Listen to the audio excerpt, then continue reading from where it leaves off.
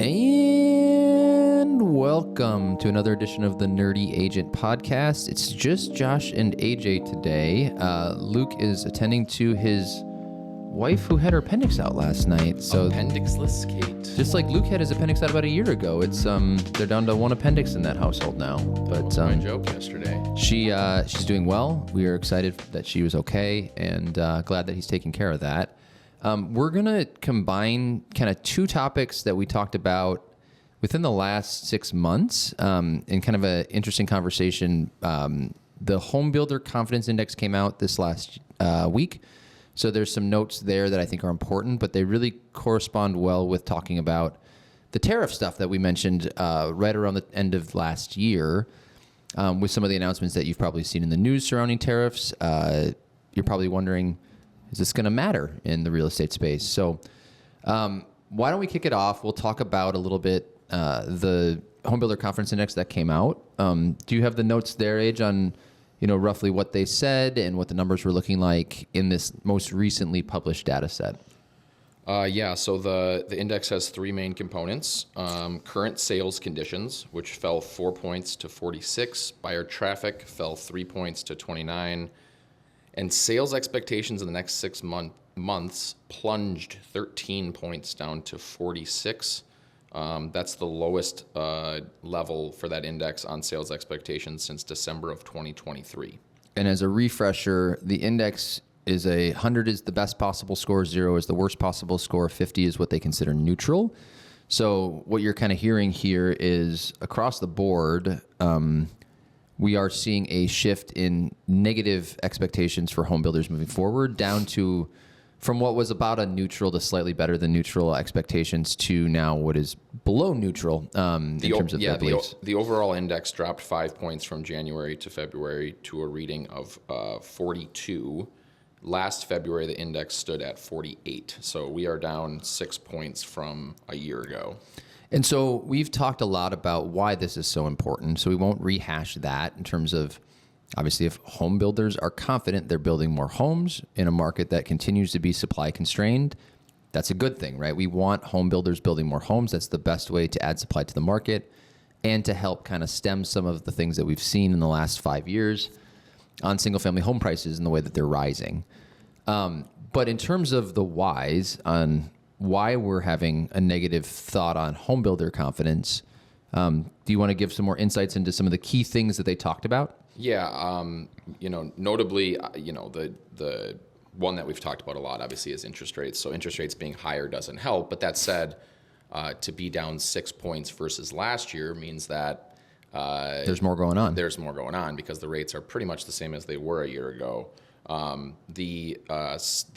guess the verbiage, sentiment, and the outlook from the current administration is that we are going to introduce some tariffs and already have introduced some tariffs, and those notably impact several things within the building process.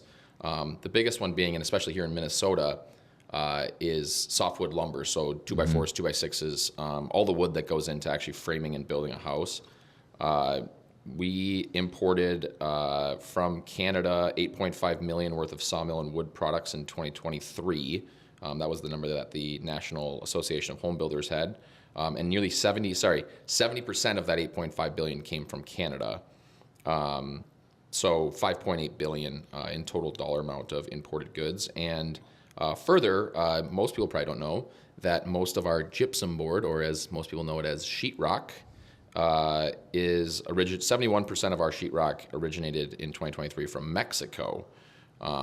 So, $352 million worth of sheetrock imported from Mexico. And, we aren't experiencing the same volatility in like future markets that we probably had in 2020 when we couldn't actually just receive the goods and materials we needed.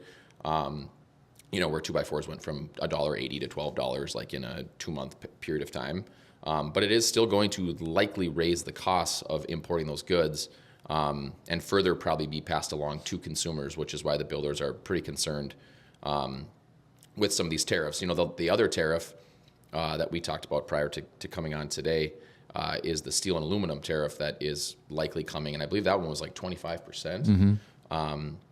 That'll impact everything from kitchen sinks to appliances, potentially into like the HVAC building, the tin that gets put in for forced air furnace and AC systems, components within the furnaces, components within air conditioners, water heaters.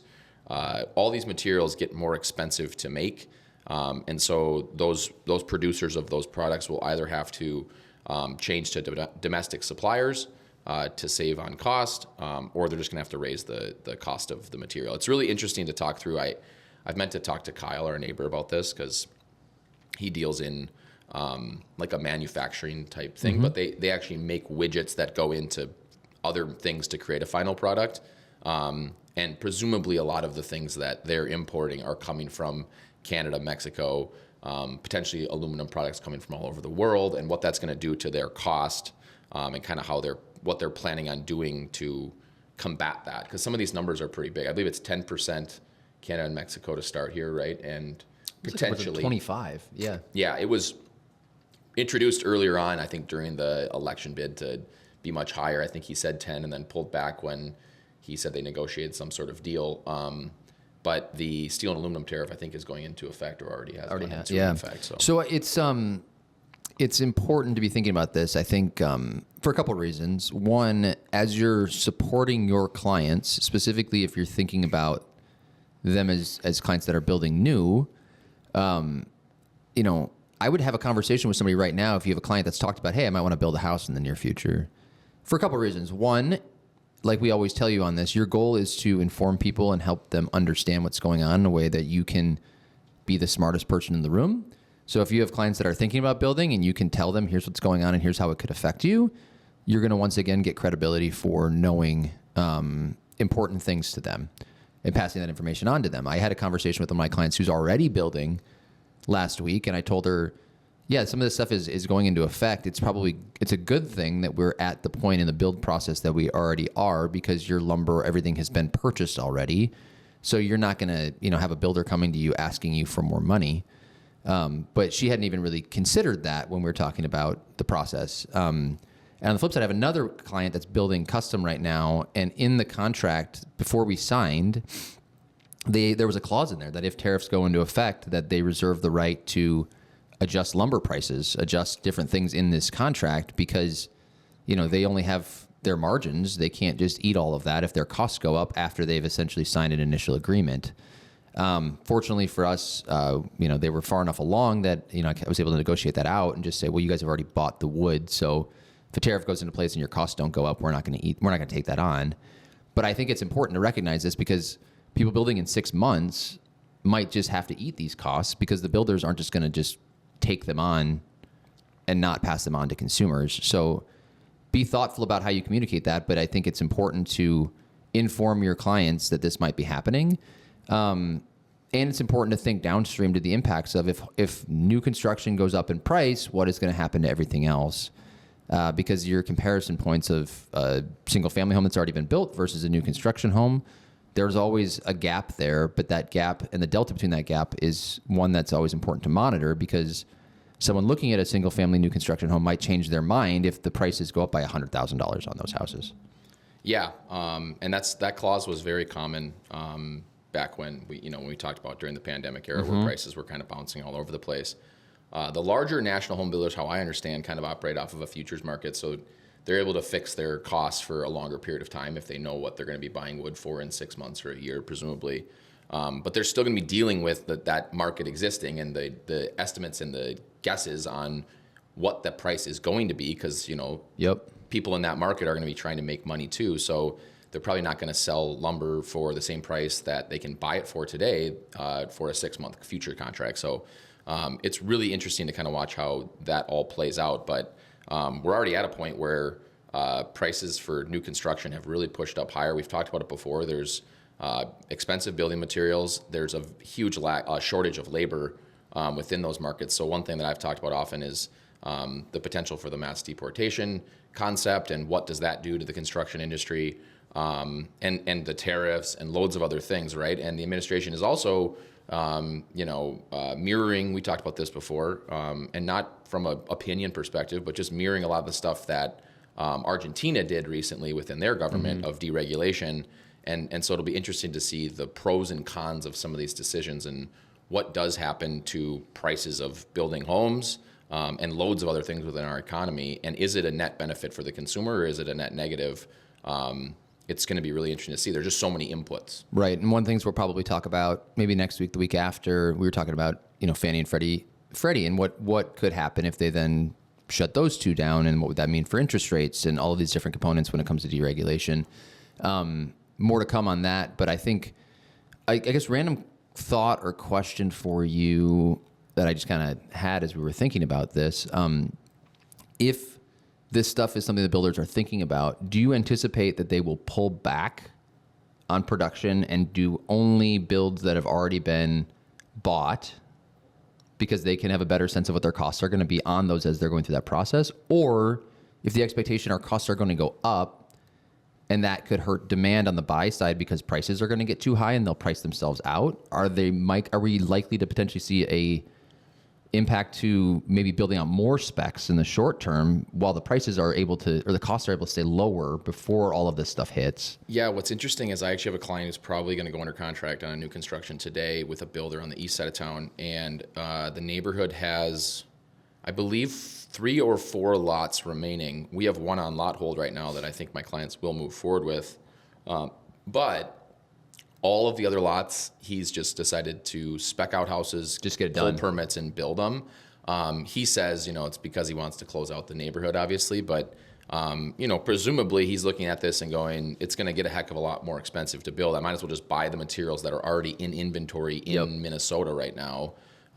Because if the cost does go up, then in 6 months when I finish this house, well, now they're comparing the house that I built for a lot less money because the materials were cheaper to all the new houses that are going to be going up or getting built or what have you. So I think you're probably going to see a fair amount of spec building going on.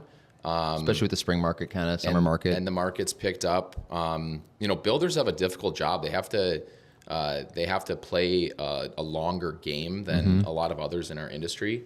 Because it takes time to build the house itself, right? It's going to take 4 months, no matter how you cut it up to build a house, most of the time, at least. So it'll be fascinating to see kind of how that all plays out, especially with these larger national builders. Absolutely, I think it's. I'm actually really, now that I thought about that, kind of intrigued by how this will transpire, because there could be these little pockets where one builder's got houses that are cheaper than another builder because they did X, Y, or Z ahead of time or made some bigger bets. But in that case, maybe they built too many homes and now they've got discounts because they've got too many specs sitting around. And then there's obviously the uncertainty around interest rates as well that is going to be going into their decision-making model. So it'll be interesting to watch. It'll be important to watch. I think as you're thinking about inventory levels moving forward, this index right now is one of the biggest things that I'd be monitoring. So I would tune in next month, make sure you're keeping an eye on it. But yeah, that's all we've got today for the Nerdy Agent podcast. We'll miss Luke this week, but hopefully have him back next week. And remember, be better.